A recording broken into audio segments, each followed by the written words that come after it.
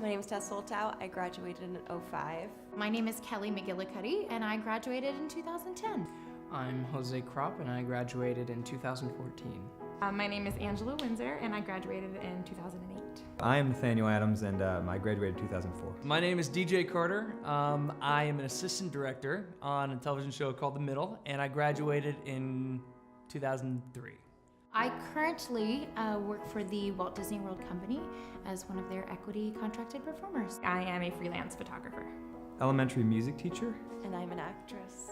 I'm currently at FSU pursuing 2 majors in composition and commercial music, which is like studio work, and it comes with a business minor, and then I'm minoring in violin, so quite a lot, but it's working. I found that dress in North Carolina with my mom. We were looking at colleges, and I called Schneider from the fitting room, and I said, I found this dress and I think it's perfect for Funny Girl.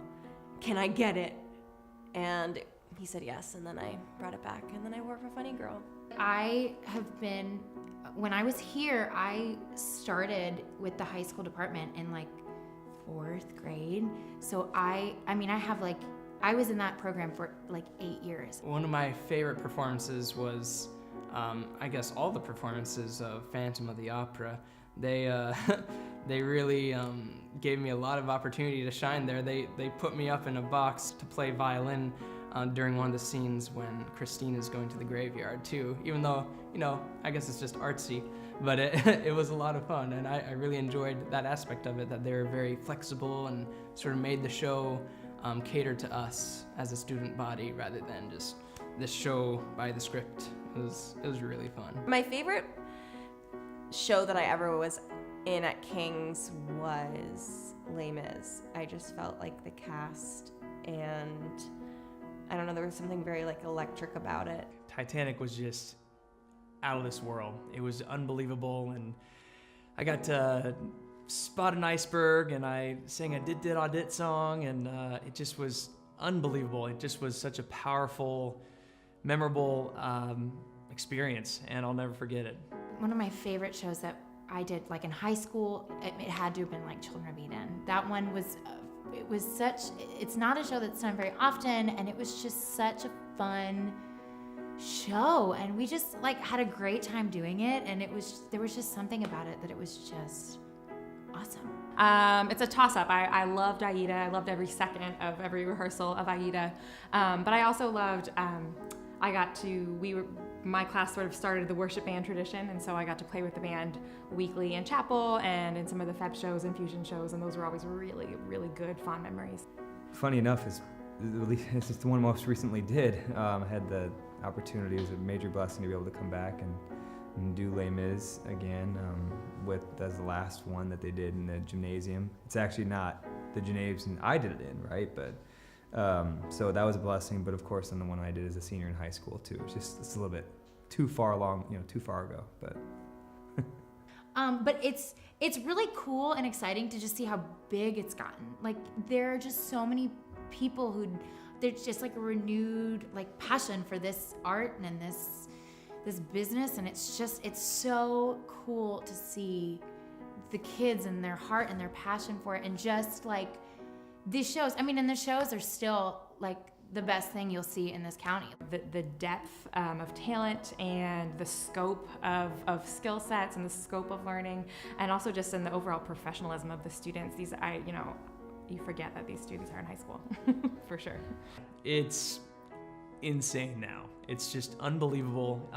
It's about 50 times larger in almost every way than it was when I was here. And I thought at the time when I was here, it was unbelievable. But now it's just, I don't even know a word to describe it. It's just unbelievable. It's really beautiful. It's like a whole new generation of people that just love it as much as you did, and it's just so cool. I was at King's from junior kindergarten to senior year, and I loved every bit of it. I loved the teachers. I loved our old campus. I'm sure this one is amazing too.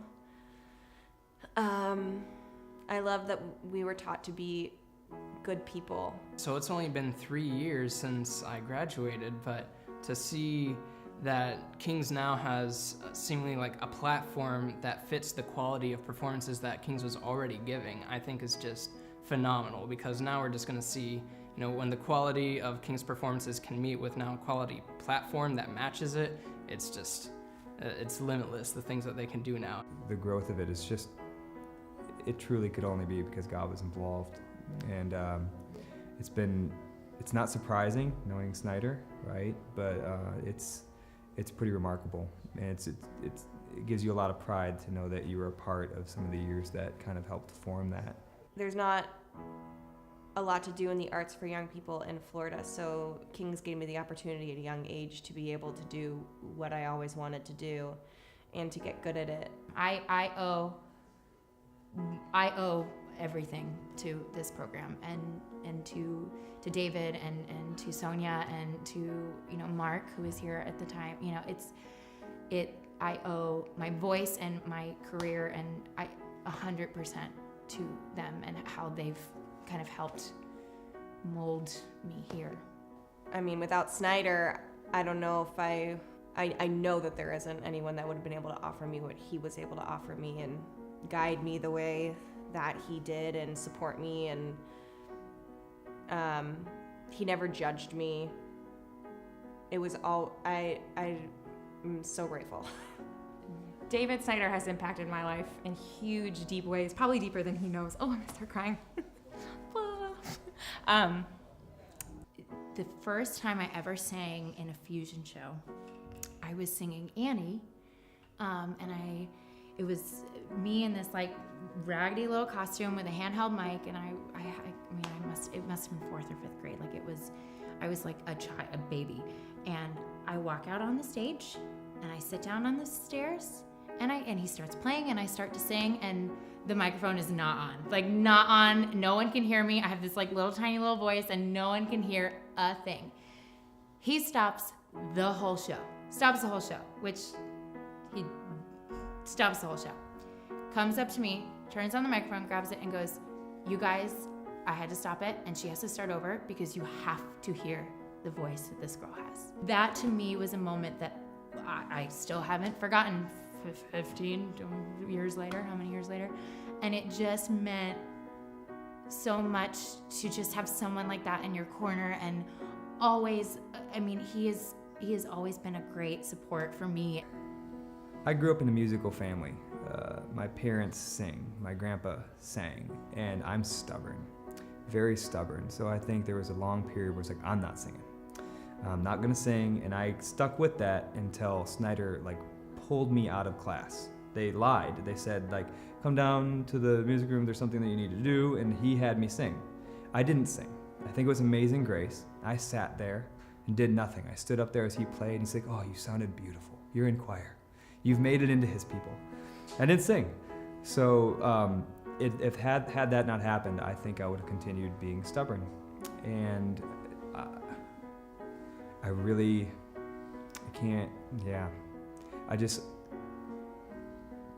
his perseverance has applied in a lot of different things, but it also comes into play when he's persevering someone that he knows can do it. And he didn't give up, and he was probably pretty frustrated with me, especially by the end of those 4 years, because I was stubborn still, and he never gave up.